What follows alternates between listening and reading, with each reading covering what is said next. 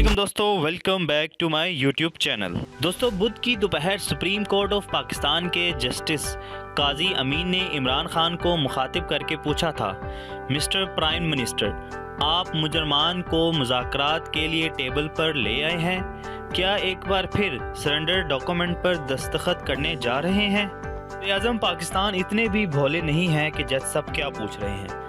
जज साहब का इशारा तहरीके तालिबान पाकिस्तान के साथ मुज़ाकरात की तरफ था और वो ये पूछ रहे थे कि क्या आप कलअदम टीटीपी के सामने वैसा ही सरेंडर करने वाले हैं जो आज से 50 साल पहले पाकिस्तानी फ़ौज ने ढाका में भारतीय फ़ौज के सामने किया था। दोस्तों, भारतीय फ़ौज के सामने सरेंडर करने और टीटीपी के साथ मुज़ाकरात का आपस में क्या ताल्लुक़ बनता है? दरअसल जज साहब ने इमरान खान को याद दिलाया था कि भारतीय फ़ौज के सामने सरेंडर भी 16 दिसंबर को ही किया गया था और पेशावर के आर्मी पब्लिक स्कूल पर कलअदम टीटीपी का हमला भी 16 दिसंबर को ही हुआ था। दोस्तों, दरअसल जज साहब का सवाल आम पाकिस्तानियों के दिल की आवाज़ था, जिनको बताया जाता था कि कलअदम टीटीपी को भारत की हमायत हासिल है और टीटीपी ने हमारे बच्चों को एक भारतीय साजिश के तहत शहीद किया और इसलिए एक स्कूल पर हमले के लिए 16 दिसंबर का इंतखाब किया गया। यही आम पाकिस्तानी एक दूसरे से सवाल पूछ रहे हैं कि अब तो अफ़गानिस्तान पर तालिबान की हुकूमत है। हमें बताया गया था कि तालिबान की हुकूमत कायम होने का मतलब ये है कि अब अफ़गानिस्तान में भारत का असर व रसूख ख़त्म हो गया है। लेकिन अब अफ़गान तालिबान टीटीपी की मदद क्यों कर रहे हैं? अगर कलअदम टीटीपी को अफ़गान तालिबान की मदद हासिल है तो फिर माजी में पाकिस्तानी को ये क्यों बताया गया कि कलअदम टीटीपी दरअसल भारत की प्रॉक्सी है? इमरान खान भारत की प्रॉक्सी वार का हिस्सा बनने वालों के साथ तो मुज़ाकरात के लिए तैयार हैं, लेकिन अपने सियासी अपोजिशन के साथ बैठने के लिए तैयार क्यों नहीं? एक मफरूज़ा ये है कि सुप्रीम कोर्ट की तरफ से इमरान खान को तलब करने का मतलब ये है कि हवाओं का रुख बदलने वाला है। हमें साजिशी मफरूज़ों में उलझने के बजाय सिर्फ ये पहलू सामने रखना। नेहा APC 2014 में पेश आया।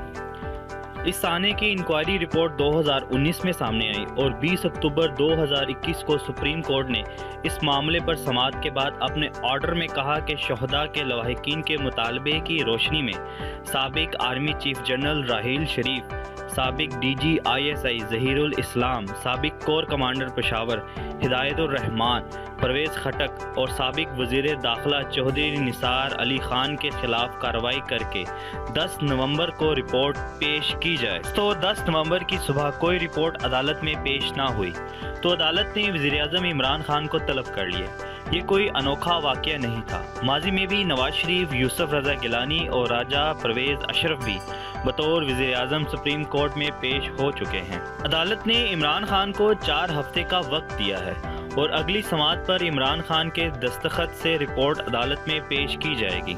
के दौरान मुअज़्ज़िज़ जज साहिबान के रिमार्क से ये बात वाज़िया हो गई है कि हुकूमत और कलअदम टीटीपी के माबैन मुज़ाकरात पर इनके तहफ़्फ़ुज़ात हैं।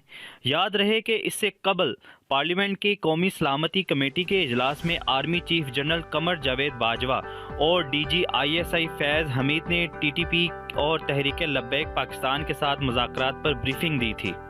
दोस्तों, इस ब्रीफिंग को तो खुफिया रखा गया, लेकिन इस ब्रीफिंग में 2 बड़ी अपोजिशन जमातों मुस्लिम लीग नून और पीपल पार्टी समेत हुकूमत के इत्तेहादी MQM ने इन मुज़ाकरात की हमायत से इनकार कर दिया था।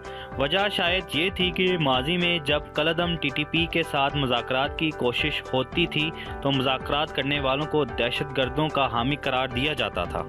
जनरल राहील शरीफ ने नवाज शरीफ की हुकूमत से कलअदम टीटीपी के साथ मुज़ाकरात के लिए बनाए जाने वाली एक कमेटी के साथ कोई तावन ना किया और कबायली इलाकों में ऑपरेशन ज़रबे अज़ब का ऐलान कर दिया। दोस्तों, जिसके नतीजे में कलअदम टीटीपी ने इस ऑपरेशन ज़रबे अज़ब का इंतकाम मासूम बच्चों पर बुज़दिलाना हमले के ज़रिए लिया। सानेहा APC के वक्त नवाज शरीफ की हुकूमत को एक तरफ तो इमरान खान के धरने का सामना था और दूसरी तरफ जनरल राहील शरीफ और ज़हीरुल इस्लाम की सरगर्मियां भी किसी से पोशीदा नहीं थीं।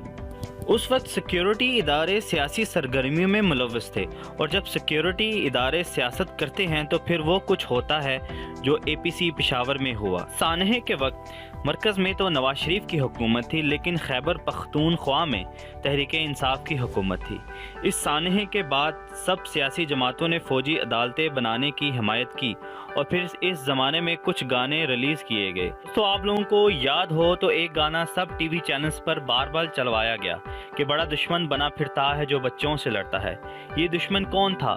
रियासती इदारों ने इस गाने के ज़रिए पाकिस्तानी कौम को ये बताया कि उस वक्त पाकिस्तान का सबसे बड़ा दुश्मन एक तो कलअदम TTP है और दूसरा भारत है। लेकिन चंद दिन पहले पार्लियामेंट की कौमी सलामती कमेटी के इजलास में कहा गया कि TTP वाले भी तो इसी धरती के ही बेटे हैं, हमें इन्हें कौमी धारे में लाना चाहिए। दोस्तों, अब सवाल ये पैदा होता है कि TTP और TLP को आप इस धरती के बेटे तस्लीम कर लेते हैं क्योंकि वो बंदूक का रास्ता इख्तियार करते हैं, लेकिन कौमी असम्बली के रुकन अली वज़ीर को आप माफ़ करने के लिए तैयार नहीं क्योंकि इसने अपनी एक तकरीर में फ़ौज के सियासी किरदार पर तनकीद की थी। आप आज तक उन बलोचों को माफ़ करने के लिए तैयार नहीं जो पुरअमन तरीके से अपने हकूक़ मांगते हैं। पाकिस्तान में हज़ारों अफराद को मुल्क दुश्मन करार देकर लापता कर दिया जाता है। सहाफ़ियों को इनके घरों में घुस कर मारा जाता है क्योंकि वो बंदूक नहीं कलम चलाते हैं। जो बंदूक की ज़ुबान में बात करे इसके साथ मुज़ाकरात और पुरअमन मुआहदे किए जाते हैं, लेकिन जो पुरअमन तरीके से इख्तिलाफ़ राय करे इसके साथ आप ताकत की ज़ुबान में बात करते हैं। आप TTP और TLP से पहले कई मुआहदे कर चुके हैं, मज़ीद मुआहदे कर लें, लेकिन कुछ लोग ये कह रहे हैं कि बड़ा दुश्मन बना फिरता है जो सिर्फ निहत्थे लोगों से लड़ता है और बंदूक वालों से डरता है। अगर आपको ये मेरी वीडियो पसंद आई है तो वीडियो को शेयर करें, लाइक करें और चैनल को सब्सक्राइब करें। बहुत बहुत शुक्रिया।